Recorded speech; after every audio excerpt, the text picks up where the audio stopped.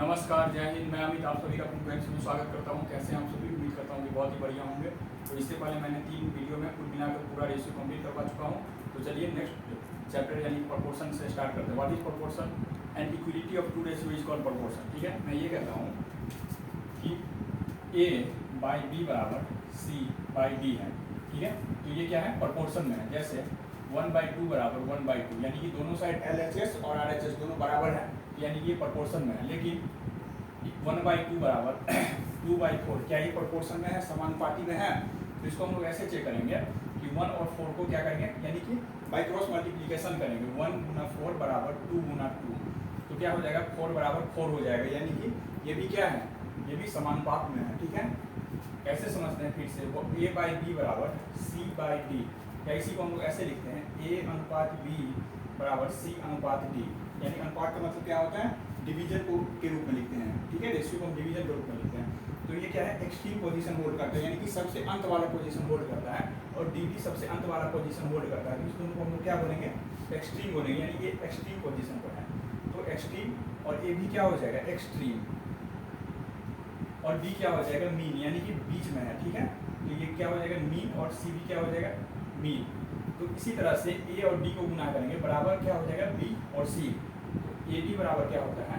B C, यानी कि ए और डी, यानी कि इस दोनों को गुना करेंगे एक्सट्रीम एक्सट्रीम को, तो इसी को हम लोग इंग्लिश में बोलेंगे प्रोडक्ट ऑफ एक्सट्रीम। ठीक है, product of extreme is equal to product of means. Product of extremes is equal to product of means. ठीक है, हम लोग समझते हैं मीन प्रोपोर्शन के बारे में।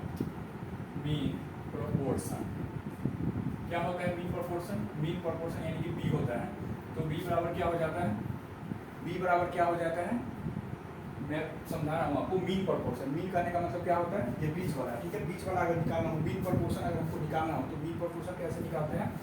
रूट अंडर AC निकालते हैं। ठीक है, रूट अंडर AC के फॉर्मूले से, इसको सिर्फ आप ध्यान रखिएगा। ठीक है, और थर्ड प्रोपोर्शन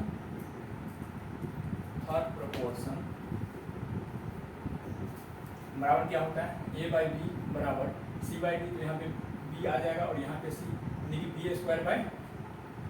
बराबर क्या हो जाएगा? AC हो जाएगा, यानी कि थर्ड प्रोपोर्शन C बराबर क्या हो जाएगा? B²/A हो जाएगा। ठीक है, आपको ये नहीं ध्यान रखना है, आपको सिर्फ ये ध्यान रखना है कि थर्ड प्रोपोर्शन बराबर क्या होता है?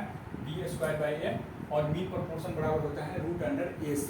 ठीक है, आपको सिर्फ ये दोनों ध्यान रखना है, मीन प्रोपोर्शन और थर्ड प्रोपोर्शन क्या होता है। ठीक है, तो चलिए नेक्स्ट क्वेश्चन से स्टार्ट करते हैं, यानी कि क्वेश्चन नंबर 1 से स्टार्ट करते हैं। ठीक है, चलिए नेक्स्ट क्वेश्चन नंबर 1 से स्टार्ट करते हैं। ठीक है,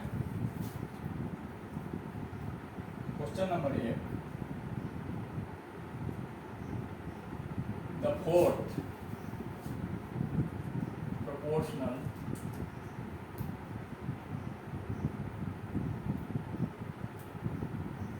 प्रोपोर्शनल टू 4, 6, 8 इज, यानी कि 4, 6, 8 का जो है 4, 6, 8 जो दिया गया, इसका चौथा प्रोपोर्शनल में क्या होगा? यानी कि मैंने ये बताया सॉल्यूशन में कि A/B बराबर क्या होता है? C/D होता है। ठीक है, ये क्या है? पहला प्रोपोर्शन है, ये सेकंड, ये थर्ड, ये फोर्थ, यानी कि ये दोनों क्या है? एक्सट्रीम पोजीशन होल्ड करता है, तो इसको क्या बोलेंगे? एक्सट्रीम। ये भी एक्सट्रीम है, और ये क्या है? मीन है, यानी कि बीच में आता है। ठीक है, तो हम लोग ऐसे करेंगे, इसी फॉर्मूले में बैठाएंगे, या इस पर भी बैठा सकते हैं। AB बराबर क्या होता है? BC, यानी कि A ये क्या है? A है, ये BAC, और जो नहीं दिया गया है वो D है, या तो इस पे बैठा लीजिए, इस फॉर्मूले पे। तो सबसे पहले हम लोग इस फॉर्मूले पे बैठाते हैं, ताकि जो फ्रेशर हो उनको भी समझ में आ जाए। ठीक है, तो A के जगह पे क्या दिया गया है? 4, B की जगह पर 6, C की जगह पर 8, और D की जगह पर D ही लिखते हैं। ठीक है, ताकि आपको पता चले कि D का वैल्यू हमको निकालना है। तो हम लोग क्या करेंगे? बाई क्रॉस मल्टीप्लीकेशन करेंगे। क्या करेंगे? By cross multiplication. 4 को D से गुना करेंगे, तो 4 गुना D बराबर 8 गुना 6 हो जाएगा। तो इसीलिए D बराबर क्या हो जाएगा? ये लेफ्ट हैंड साइड में क्या है? ये गुना में है, तो इस साइड जाएगा तो क्या हो जाएगा? भाग में हो जाएगा, यानी कि 8 गुना 6/4, 4 गुना 8 हो गया, तो 6 गुना 12, यानी कि आंसर कितना हो गया? 12 हो गया। ठीक है, उम्मीद करता हूँ कि ये आपको समझ में आ चुका होगा। ठीक है, उम्मीद करता हूँ कि आपको क्वेश्चन नंबर 1 कंप्लीट हो गया होगा। तो चलिए नेक्स्ट क्वेश्चन नंबर 2 से स्टार्ट करते हैं, ठीक है। क्वेश्चन नंबर 2 क्या कहता है, the third proportional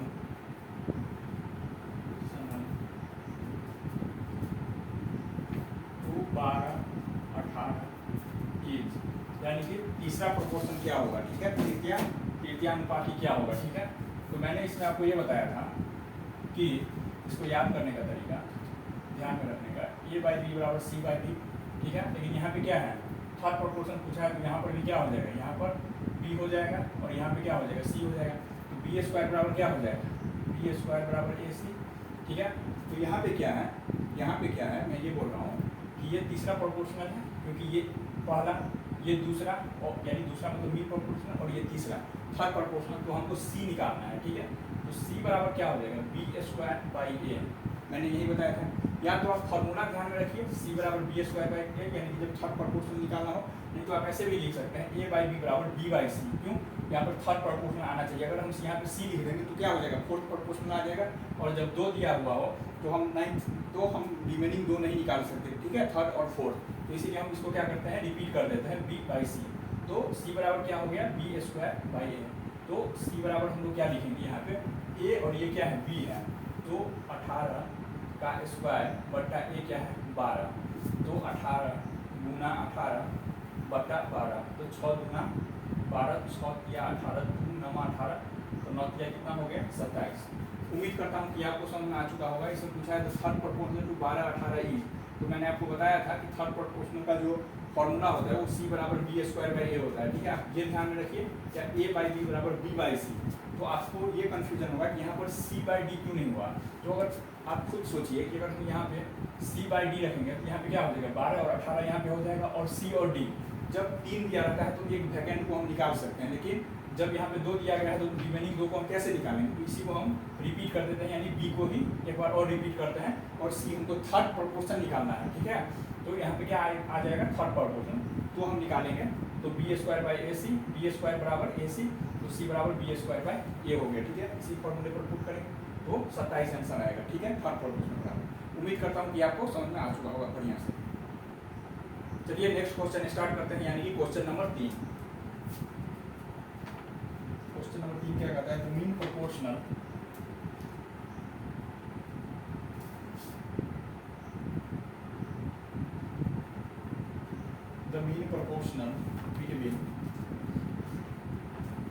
between 25, 81 is, यानी कि 25 और 81 का जो है मीन प्रोपोर्शनल क्या होगा। इसमें क्या पूछा है, 25 और 81 का मीन प्रोपोर्शनल। इससे पहले क्या पूछा था, जो भी 2 संख्या दिया गया था कि उसका थर्ड प्रोपोर्शन क्या होगा। फार्मूला सेम रहेगा, या तो आप याद कर लीजिए उसको, नहीं तो आप समझने के लिए मैं एक बार उसी को रिपीट कर देता हूँ। इससे पहले वाले भी क्वेश्चन में मैंने यही बताया था कि ए बाई बी बराबर सी बाई डी होता है, लेकिन यहाँ पे 2 संख्या दिया गया, ठीक है। तो हमको क्या निकालना है, थर्ड प्रोपोर्शनल या मीन प्रोपोर्शनल। तो इसी को हम बी को क्या करते हैं, यहाँ पे रिपीट कर देते हैं, और सी को भी यहीं पे लिखते हैं, ठीक है। तो यहाँ पे क्या है, तो हम लोग ऐसे लिख सकते हैं, बी स्क्वायर बराबर ए सी, बी उसमें सी निकालना था, थर्ड प्रोपोर्शन निकालना था, और यहाँ पे क्या निकालना है, मीन प्रोपोर्शन निकालना है, यानी बी का वैल्यू निकालना है। तो इसी बी बराबर क्या हो जाएगा, रूट अंडर ए सी। तो इसीलिए बी बराबर क्या हो गया, रूट अंडर ए का मान कितना दिया गया है, 25, और बी का मान 25 और सी का मान कितना दिया गया है, 81 दिया गया है। इसको हम सी क्यों बोलेंगे, ए के बाद तो बी आता है, सी इसलिए बोलेंगे क्योंकि इसमें बोल दिया है मीन प्रोपोर्शन निकालने के लिए, और मीन प्रोपोर्शन का मतलब होता है 25 और 81 के बीच में लाई करने वाला जो है संख्या, यानी प्रोपोर्शन हमको निकालना है। तो इसीलिए हम इसको सी बोलेंगे, ठीक है। तो 25 का क्या हो गया, वर्गमूल कितना हो गया 5, और 81 का 9 हो गया, यानी कि 45 आंसर। उम्मीद करता हूँ कि आपको समझ में आ चुका होगा, ठीक है। चलिए नेक्स्ट क्वेश्चन स्टार्ट करते हैं, ठीक है। क्वेश्चन नंबर 4 क्या कहता है, 4, the number which has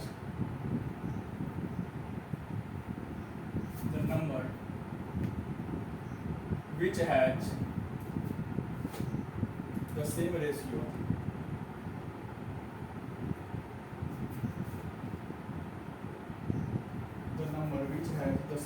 to 26 depth 6 है टू 13, यही है इंच।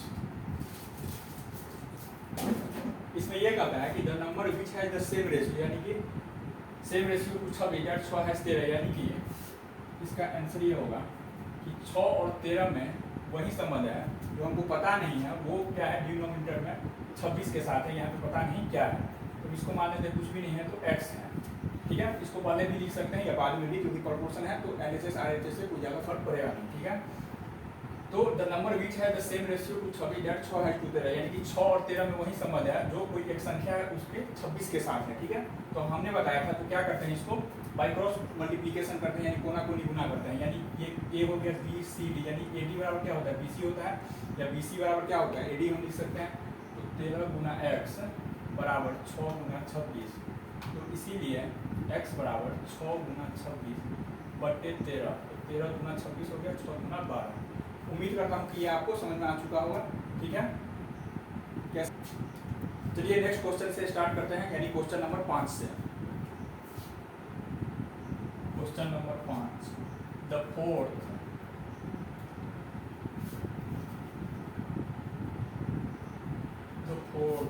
proportional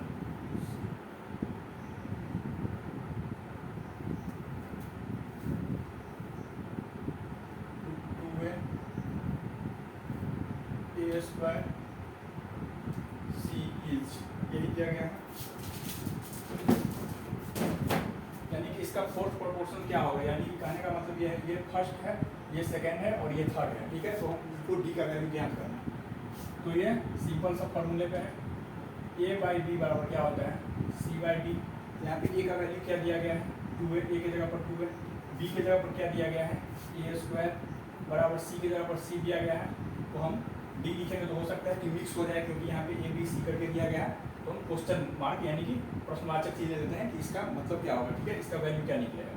तो 2a को इससे गुना करेंगे, तो 2a गुना प्रश्नवाचक जी, तो a² × c, ये प्रश्नवाचक नहीं है, क्वेश्चन मार्क है, ठीक है। तो क्वेश्चन मार्क बराबर क्या होगा c × a² बटा 2a, यानी a से क्या हो गया स्क्वायर कट गया, यानी ये क्या हो गया AC बटे 2। उम्मीद करता हूँ कि आपको समझ में आ चुका होगा, यानी कि इसका फोर्थ प्रोपोर्शन जो होगा वो क्या होगा AC/2 होगा। चलिए नेक्स्ट क्वेश्चन से स्टार्ट करते हैं, यानी कि क्वेश्चन नंबर 6 से। क्वेश्चन नंबर 6 क्या दिया गया क्वेश्चन नंबर में कि 4 नंबर्स,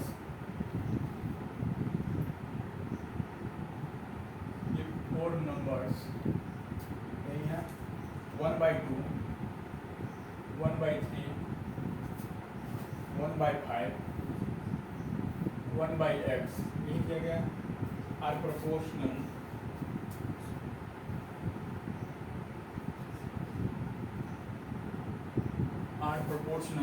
ये सब समानुपाती में है। देन x इज, यानी x का वैल्यू क्या होगा, सिंपल सा है, इसमें 4 नंबर दिया गया है, जिसमें बोलता है कि 1/2, 1/3, 1/5 और 1/x जो है प्रोपोर्शनल में समानुपाती में है, तो x का वैल्यू क्या होगा। तो हम जानते हैं कि a/b बराबर c/d होता है, ठीक है। तो AD बराबर क्या होता है BC, AB बराबर क्या होता है BC, यानी a किसको मानते हैं एक्सट्रीम पोजीशन वाले को और d इस एक्सट्रीम वाले को, ठीक है। तो a को d से जब गुना करेंगे कितना हो जाएगा 1/2 को 1/x से जब गुना करेंगे वो किसके बराबर होगा b और c, यानी कि 1/3 गुना 1/5। उम्मीद करता हूँ समझ में आ रहा होगा। तो 1 को 1 से मल्टीप्लाई करेंगे 1/2x बराबर कितना होगा 1/15, तो 2x को 1 से मल्टीप्लाई करेंगे तो 2x बराबर कितना हो गया 15, x बराबर 15/2 यानी 15/2। यही आपका आंसर हो गया। उम्मीद करता हूँ कि आपको समझ में आ गया होगा। चलिए नेक्स्ट क्वेश्चन से स्टार्ट करते हैं, यानी कि क्वेश्चन नंबर 7 से। Question number 7, the mean proportional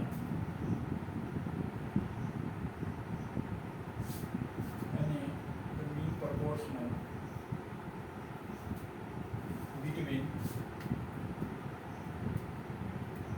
12x² यही दिया गया है एंड 27y² इज, ठीक है।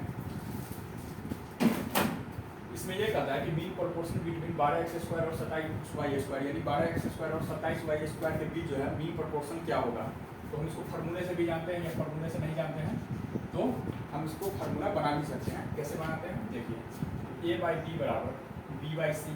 मैंने बताया था कि b रिपीट करते हैं यहाँ पर, क्योंकि दो ही संख्या दिया गया है, 3 दिया रहता तो चौथा पूछ लेता, कोई 3 दिया गया रहता तो कोई नेक्स्ट पूछ लिया गया रहता, ठीक है। लेकिन यहाँ पे 2 दिया गया है, इसका मतलब है कि जब भी 2 संख्या दिया गया हो तो ये समझ लीजिए कि मीन प्रोपोर्शन या थर्ड प्रोपोर्शन ही पूछेगा, ठीक है।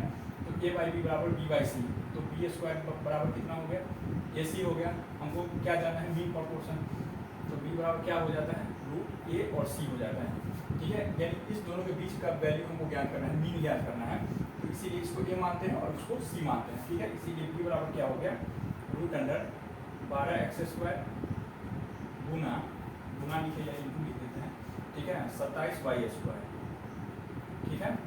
तो b बराबर कितना हो गया, 27 नहीं 270 हो गया, और 27 गुना 54 हो गया, ठीक है, 324 हो गया।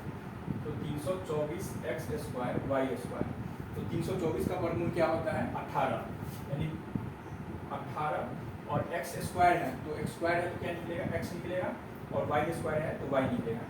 तो b का वैल्यू यानी मीन प्रोपोर्शनल जो होगा 12x² और 27y² का, वो 18xy होगा। उम्मीद करता हूँ कि आपको ये समझ में आ गया होगा। चलिए नेक्स्ट क्वेश्चन से स्टार्ट करते हैं, यानी क्वेश्चन नंबर 8 से, ठीक है। क्वेश्चन नंबर 8 क्या कहता है, a बराबर b/2, यही है, बराबर c/5, देन a अनुपात b अनुपात c, देन a/b/c इज क्या होगा, ठीक है। a बराबर b/2 बराबर c/5। तो मैं ये कहता हूँ कि जब a बराबर b/2 दे दिया गया है, बराबर है c/5 का, तो इसको नीचे में हम हर में यानी डिनोमिनेटर में 1 लिख सकते हैं, यानी नीचे 1 का कोई वैल्यू नहीं रहता है, ठीक है।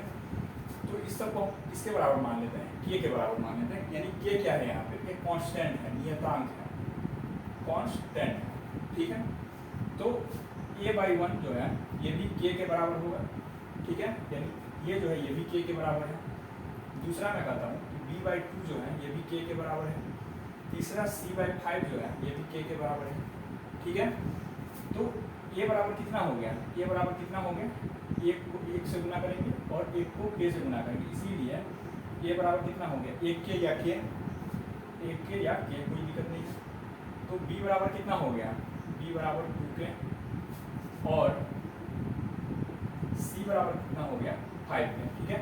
यहाँ पे पूछा a b c का वैल्यू क्या होगा, a अनुपात b अनुपात c। अनुपात का मतलब क्या होता है, उसको हम डिवीजन के रूप में लिखते हैं, बटा के रूप में लिखते हैं। तो 1 के अनुपात 2 के अनुपात 5 के, तो k से k क्या हो जाएगा, तीनों में कैंसिल हो जाएगा, यानी कि a अनुपात b अनुपात c बराबर कितना होगा, 1:2:5।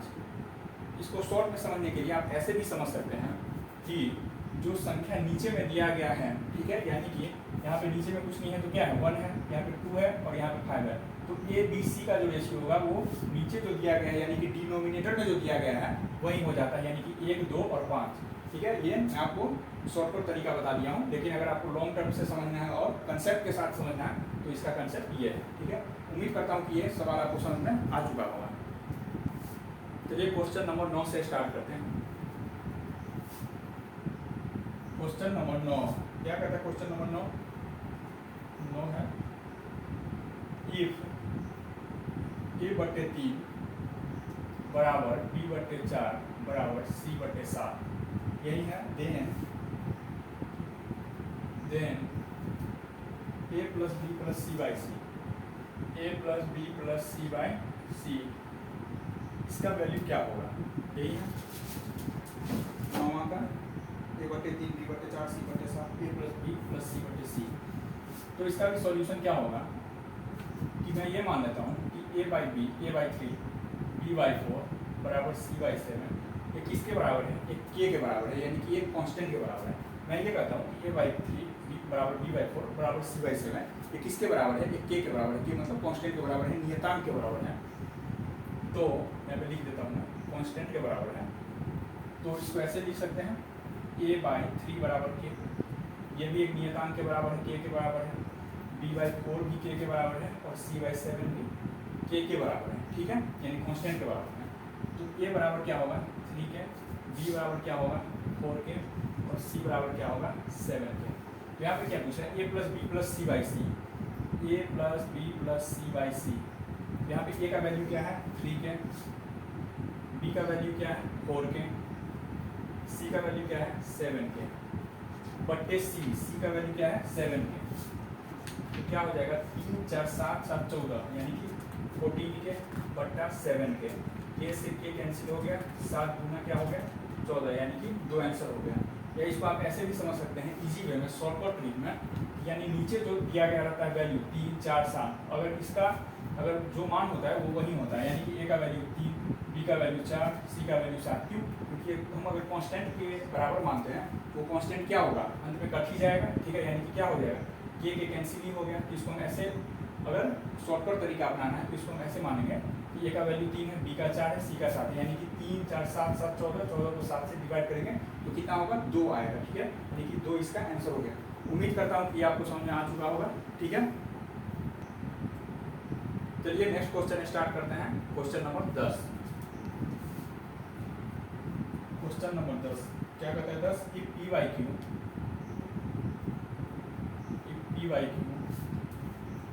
बराबर है r/s का, और इसका वैल्यू क्या दिया गया है 2.5 × 1.5। यही है द वैल्यू ऑफ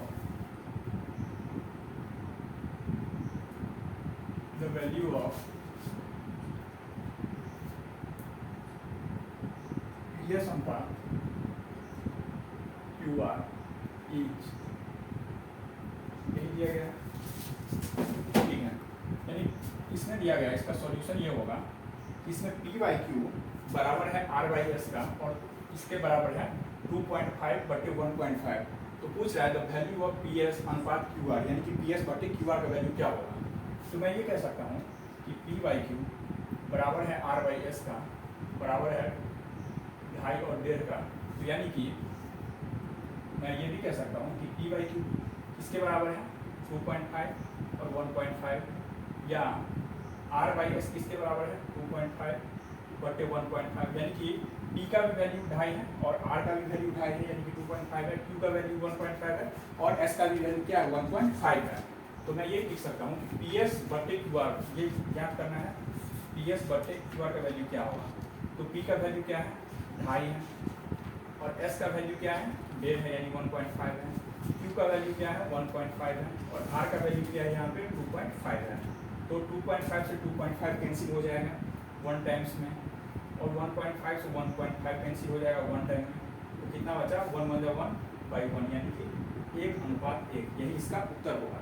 मैं फिर से आपको समझा देना चाहता हूँ कि p/q r/s बराबर है, p/q बराबर r/s बराबर है 2.5 बटे 1.5 का पूछा है द वैल्यू ऑफ PS अनुपात QR, यानी कि PS और बटे QR का वैल्यू क्या होगा। तो p/q RS के बराबर है। तो मैं ये कहता था इससे पहले कि कोई जो p/q या r/s है तो कुछ नहीं दिया गया, तो किसके बराबर है कांस्टेंट का, कांस्टेंट मतलब नियतांक, इसका वैल्यू फिक्स है, तो ये किसके बराबर है, ये एक नियतांक है, तो यानी कि p/q भी एक नियतांक के बराबर है, फिक्स के बराबर है, और r/s किसके बराबर है, एक नियतांक के बराबर है, यानी फिक्स के बराबर है, ठीक है। तो p का वैल्यू क्या होगा 2.5, q का वैल्यू 1.5, r का वैल्यू 2.5, s का वैल्यू 1.5, ठीक है।